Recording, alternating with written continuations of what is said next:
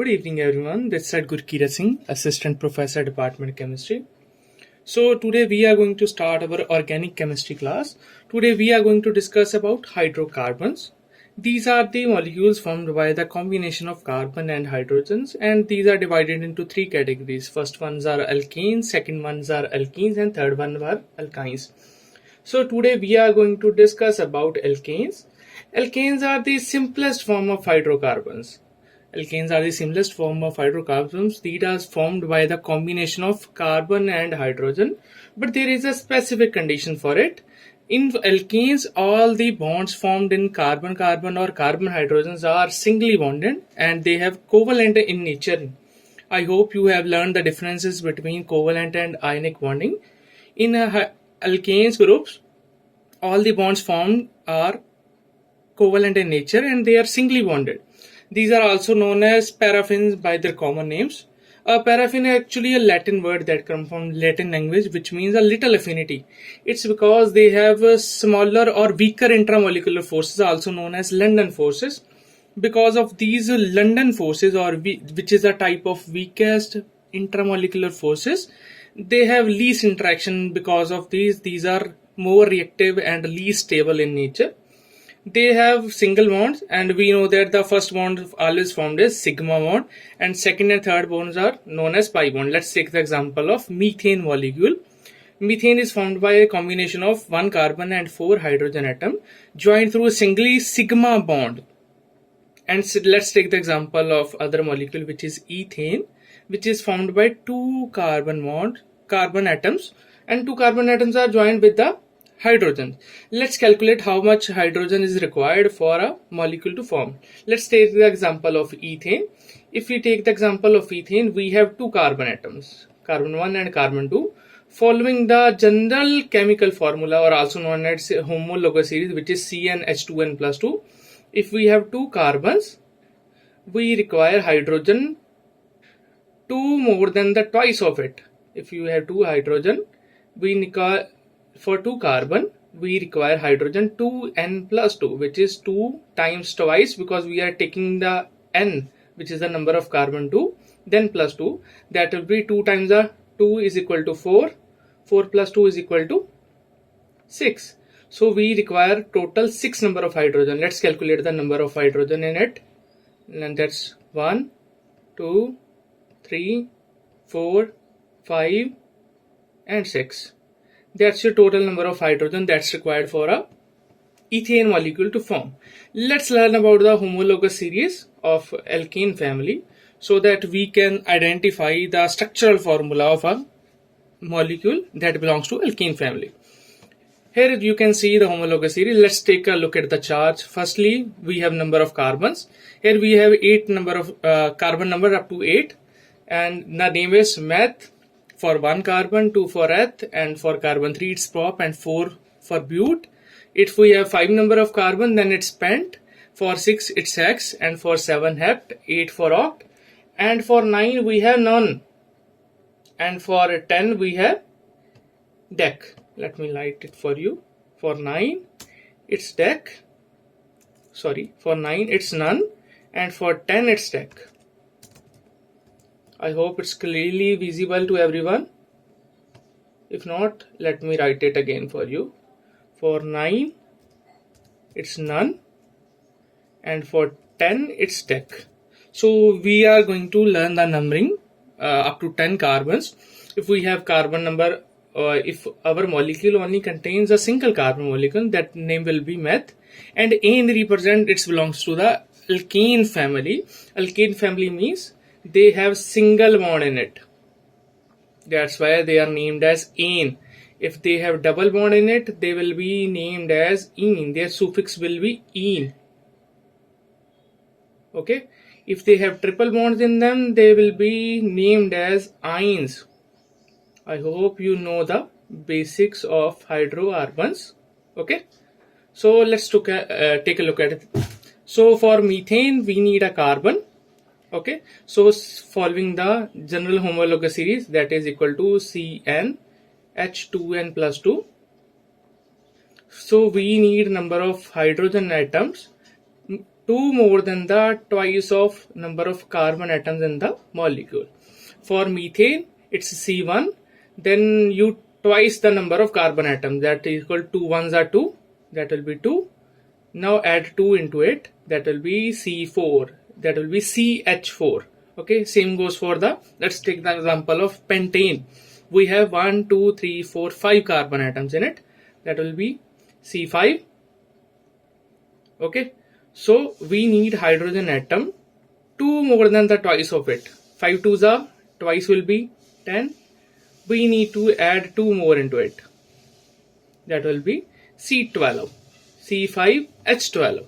That's my pentane. Okay, same goes for hex, same goes for hept, oct. If you want to go even higher, you can try 9, that is nonane, and non, and ane represent the unsaturation. And for 10, you can go for dec. Let me write it for you. For 10, that will be DEC, dec. Okay, so that's our numbering for carbon 1 to 10. Now let's move to the next slide, which is a few example of alkanes molecule. That's our methane, ethane, propane, butane, and that's isobutane. Isobutane, let me tell you the differences of iso. Iso actually means same. If you take a look at the parent chain here, let me represent. That's your first parent chain. The maximum number of carbon parent chain attains is 3. That's 1, 2, and 3. Let's take the color chain. Let's take the numbering starting from the right hand side. That will be parent chain will be 1, 2, 3. And still we have 3 number of carbon in our parent chain. And fourth one will be our side chain or substitution one. Let's take the fourth example. We have 3 carbon chain actually. First parent chain is 1, 2, 3. I'm representing with different colors so that you can distinguish clearly. Second parent chain. And that's our third parent chain.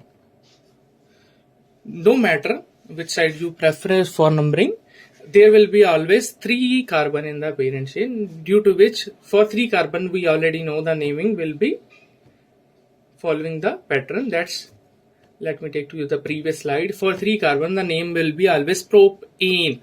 In representation the presence of singling bonding or saturation in the compound, and prop represent the 3 carbon in the parent chain. So what will be the naming of this compound? Let's take the example of it. Let me take my highlighter pen. That's it. Okay, so that's my parent chain. So the name will be propane. I'm telling you it's other IUPAC name, and that's my substitution of it, which is my methyl group. So the naming will be, no matter if you start from the right or the left, the naming will remain the same, and the name is 2-methyl, because it's substitution, 2-methyl meth eth prop, which is 2-methyl, and the name will be propane. 2-methyl propane. Okay, I hope you understood it very clearly how we write the IUPAC name. Now it's 2-methyl propane. No matter which side you start, either left or right, the name will stay the same. Okay, so now let's move to the next slide. We are going to learn some physical properties of these compounds. Before the physical properties, let's learn the concept of hybridization. Actually, hybridization is a process of intermixing of orbitals to form a stable compound. Let's take the simplest example of methane, where methane, 1 carbon is joined to other 4 hydrogen atoms. 1 carbon hydrogen is attached to 4 hydrogen atoms to form a stable molecule, which is methane, which is having a chemical formula of CH4. Okay, that's the simplest example of our alkane compounds, which is CH4. So it has a tetrahedral angle of 109.5 degree. It's actually round figure. The exact value of tetrahedral angle is 109.47 degree. Please note it down. The actual value of tetrahedral angle is 109.47, but we round it off to 109.5 for better understanding and better accuracy in your calculations. The exact figure is 109.47, but we round it off to 109.5 degree. Okay, so let's learn the concept of intermixing of orbitals. Let's take a look at the next slide. Just a second. Yeah, that's it. So how we intermix the orbitals? Let's take the example of previous one, which is our methane. Methane is having a chemical formula of CH4. Let me write it for you. That's CH4. And let's take the carbon. So carbon is having outermost shell of carbon. We know the valency of carbon is 2s2 and 2p2 because of it has a atomic number of 6, which is carbon 6. So 1s2, 2s2 and 2p2 because of carbon 6. Okay. So carbon 6, 2s2 and 2p2. It has in s orbital it has a pair of electrons, but in p all the it contains 2 electrons in px and py shell, but both of them are unpaired in nature. And for better joining or better pair combination, we need a maximum number of unpaired electrons, because now we have only 2 places for hydrogen to join, because hydrogen only have 1 electron, its outermost shell. Let me represent hydrogen here. Just like I'm using yellow color for hydrogen, and we all know hydrogen only have 1 electron in its outermost shell. So if it has 1 electron in its outermost shell, it can only pair at location this and this, which means only we can join 2 hydrogen at this. So we require maximum number of unpaired electrons. Then we start the process of excitation. So if we excite 1 electron and move it to this location, our end product will look like this, where we have 1 electron in 2s orbital, 1 in px, 1 in py, and the other one that was paired in here, that will move to this location, resulting in 1 electron in 2s, 1 electron in px, 1 in py, and 1 in pz. Now we have total 4 number of unpaired electrons in the outermost shell of a carbon. So now we can bind 4 different, let me represent the hydrogen with yellow pen. Now we can bind 4 hydrogen atom at these 4 location of it, so that we get a hybrid orbital that is equal to sp3, because 1 orbital came from s and 3 came from p, that result in total sp3. So now you have learned the concept of why our alkenes have sp3 hybridization. Okay, I hope you got it. So the S character is there is a 2-mark question for it. So they generally ask you what is the relation of S character to the stability of a molecule or a compound. Let's learn it. So in alkane compounds, it has sp3 configuration. Let me write it for you. So totally we have sp3 hybridization. So let's discuss. So total sp hybridization counts to 100% of a molecule. Let's discuss it. Okay.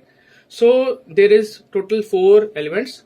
So now we have total 4 orbitals in it that are hybrid. After hybridization, they become they come to same energy level. Now you can see S have lower energy and P have higher energy, and after hybridization, they come to the same energy level. I hope you learned the concept in your previous classes. The lower will be the energy, the more stable they are. So according to this formula, the s orbitals are more stable than the p1s, and p1 are more stable than the d1s. So on, if you move to s orbital or f orbital or g orbital, the lower you have the lower energy, the higher stability you gain. Okay, so let's take a look at this. So we have sp3 that contributes to the 100% of the molecule. So if we divide the 4 parts to 100, then all of these equally weights to 25% contribution of the molecule. If you take a look at this, now we have in sp3 characteristics, we have 25% of s orbital character and 75% of p orbital character. So there is a 2-mark question. If we have more s orbital characters, the more stability you gain. Okay, so your s orbital represents your stability. Let me write it for you. So s orbital represents your stability. So the more S character you have, the more stable you are. So if you compare the alkane with alkenes, in case of alkenes you have sp2 characteristics, that means your S character is 33%, and in case of alkynes you have S character of 50%. Let me write it for you. Let me write here. Okay, let me change the color to black. Take a look here. So in case of sp3 you are alkane. Okay, in case of sp2 you are alkene, and in case of sp you are alkynes. Let me turn it a little smaller so that you can learn it. Okay, so that's not working. Just take a look here. Let me write again. sp3 for alkanes, hope you can see, sp2 for alkenes, and sp for alkynes. Okay, so in case of sp3 characteristics, which is my alkanes, you have characteristics as character is sp3, total 4 members that are going to contribute to 100% population or 100% of a molecule. So if you have 4 characters, then each one will contribute 25% to the molecule. So let me write 8 minutes, just a second. Okay, so in sp character, let me take this one. Okay, so firstly we have sp3 characters, that means 25% of, that means 25%. Okay, on the other hand we have sp2, which is for alkenes. Now we have around 33.3% of the contribution of S character. And if we go to the third one, which is sp, please let me correct it, it's sp, not ap, it's sp for alkynes. In case of sp we have 50% of contribution. The more S character you have, the more stability you gain. I hope you learn the concept of hybridization. That's our tetrahedral geometry. Okay, now let's move to the next slide to learn about the physical properties of paraffins. So alkanes are commonly known as paraffins. They have a very long history because of their nature. Because of their combustible nature or various industrial uses, they have been used widely in history.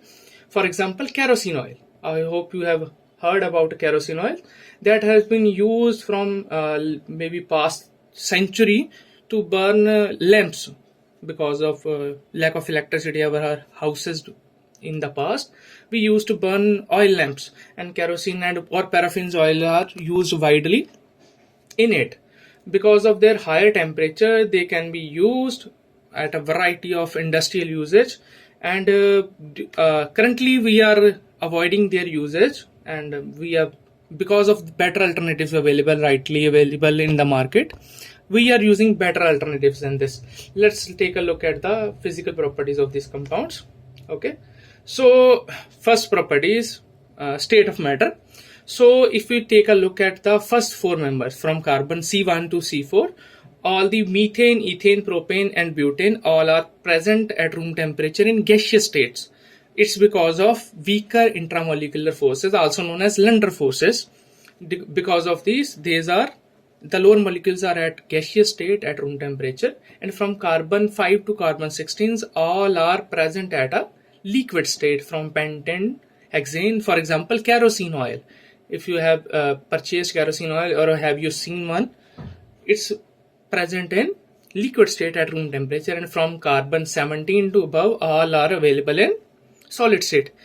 If you haven't looked at paraffin wax, for example, it appears like petroleum jelly. It's a little dense, we can say, at room temperature. Okay, let's take a look at the melting point and boiling point. Because they have weaker intramolecular forces, let's take a look at this. If we increase the number of carbons, similarly their strength increases because of number of member participating in the chains. So their melting and boiling point also increases if we increases the number of members in the chain. So that's why the carbon one, which is our methane, have negative 161.5 degree Celsius of boiling point, which means we require around negative of 170 or 180 degree temperature to convert methane into a liquid state compound. On the other hand, hexane have about, which is from this member from C1 to C16, which is at liquid state at room temperature, which require about 68 to 70 degrees Celsius temperature to convert liquid into gaseous state. Okay, so if we start branching, there is a little thing we have to discuss about. That's my straight chain. Let's take example. That's my straight chain.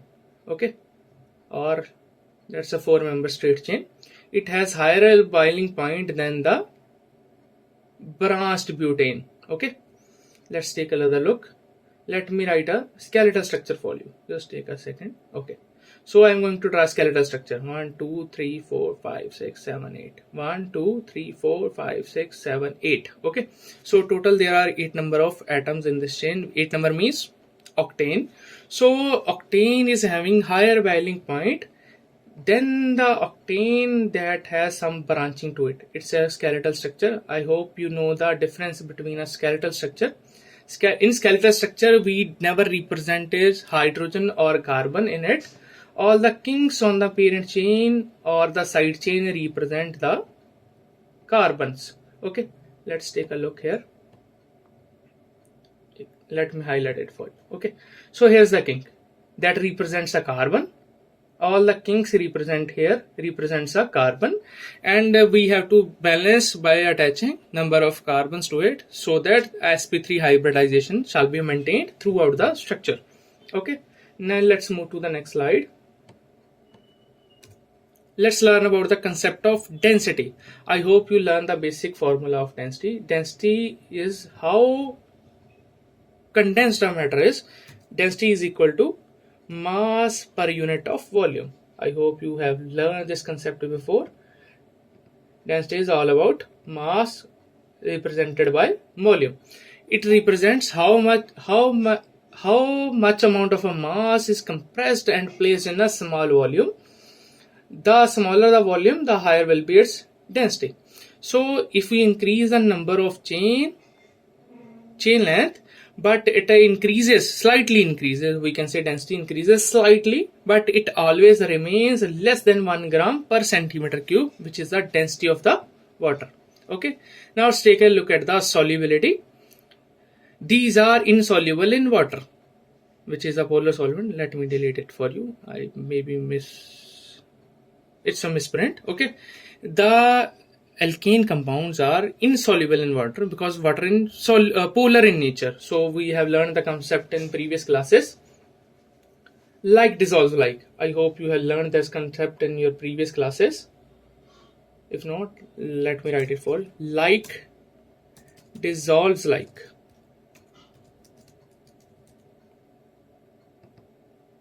For example, if you are naughty, you sit with the students, those are naughty in the classroom. If you are smart, you like staying with the people who are smart. If you love reading books, you always go to the visit libraries, you stay with the people. If you have athletics mindset or you are a sports person, you always like visiting the playgrounds or students who are athletes or good in athletics. So like dissolves like. So if a compound is polar in nature, that will be dissolved in a polar compound. If a compound is non-polar, that will be dissolved in non-polar compounds. For example, this is insoluble in water, but these are soluble in non-polar solvents such as benzene and chloroform. So this is a non-polar compound that will be dissolved in a non-polar substance. Let's discuss the concept of viscosity. If you don't know the concept of viscosity, let me enlighten it for you. Viscosity is the density relation actually. A velocity is the friction actually, which is proposed by or induced by a liquid. For example, if a material is highly dense, that will show some resistance in the flow. Let's take the example. I have two beakers. Okay, let me take the example. Okay, I have two beakers, beaker 1 and beaker 2. I'm representing two different colors. In beaker 1, I have H2O. Okay. In beaker 1, I have H2O. Let me write it for you. In beaker 1, I have H2O. And in beaker 2, I am going to pour some honey. Okay, so if I try to drain both the materials out, we know that the water will flow quite easily when compared to the honey, because honey have higher density. Because of its higher density, it offers more viscosity, which means creating hindrance in the flow of the liquid. That's why honey always slowly gets drained from a material because of its high thicky nature. So if we increase the chain length of alkanes, the longer chain become more viscous. That's why from carbon 1 to carbon 4, these are in gaseous state, and from carbon 5 to carbon around 16, they are in a liquid nature, and from carbon 16 to higher, they are in the solid state because of their high viscosity nature. Okay, so now let's take a look at the next slide. Let's discuss a few applications of paraffin because it's our most important question. We used paraffin oil as a substance for fuel alternative, but nowadays we are shifting to better alternatives because paraffins exhibit a huge number of, we can say, air pollutants. So we are shifting for better alternatives. Paraffins were used in fuels. We currently use as a fuel. Actually, we are not completely rejecting them or banning them. We simply still use them as a fuels, but due to better alternatives available and they contains higher calorie value, we are using less paraffin oil as a fuel right now, but they are still used in industry. During past we used as a lamps because of lack of other electrical devices for lighting purpose. Okay, now let's take to the other slide. In industrial uses, let's discuss a few industrial uses. We have learned that from carbon 17 or higher member, they are solid in states. They are available in the form of paraffin waxes, and still we use paraffin waxes in industry as a lubricants. We all know that lubricants are used in mechanical machinery to avoid or to reduce the friction between the moving particles, because moving parts due to higher friction generates higher wear and tear, and that wear and tear results in poor production. Also, that wear and tear results in higher amount of, we can say, that reduces our profit because it takes money out of our pocket. So we need better lubricants for our machines to work very well. Okay, so let's now move to the another, that's our spinning, weaving and meshing. Those who don't know, our fabrics are made by the combination of threads by weaving, meshing and spinning them. If you take a look at this image on the right side, that's the image of your fabric under a microscope. I'm choosing different colors so that you can learn very badly. Okay, so let's take a look here. I'm going to draw. That's your fabric or your cloth, maybe it could be your shirt, but under a microscope, because we require a material that can help in weaving the cloth. We need to smooth it down so that the fabric stays for longer on your body to increase its shelf life. Okay, so now take a look at the next slide. And it's still widely used, paraffins are widely used in medicinal as well as cosmetic industry. Let's take a look example of this medicine that's called Delcoflex. Those who don't know, it's a laxative medicine. Those who don't know, laxative medicines are the medicine used when your body feels constipated. Constipation have multiple causes. So one of the major causes could be electrolyte imbalance in your body. That's why we require some medicine. Let's take an example, electrolyte imbalance. Okay, that could be a major reason of constipation. So we need a medicine that can cure your constipation. That could be a medicine from a laxative category, and we require a material that can show laxative characteristics, and paraffin is one of them. So let's take another example. In winters we require, our skin gets dry and we require a sunscreen, or you require a cold cream, You require a moisturizer for better skin, because it completes your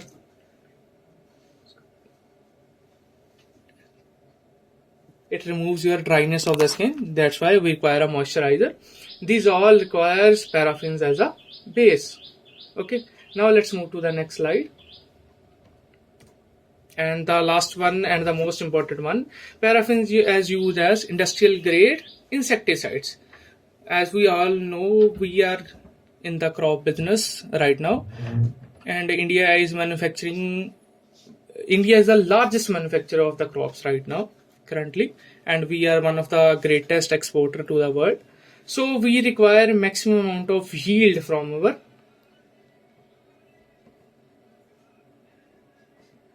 crops. So to get the maximum yield, we need some insecticides or insect repellents so that we can attain the maximum amount of crop yield. So that we require some insecticides to keep insects away and get them killed before they destroy our crops.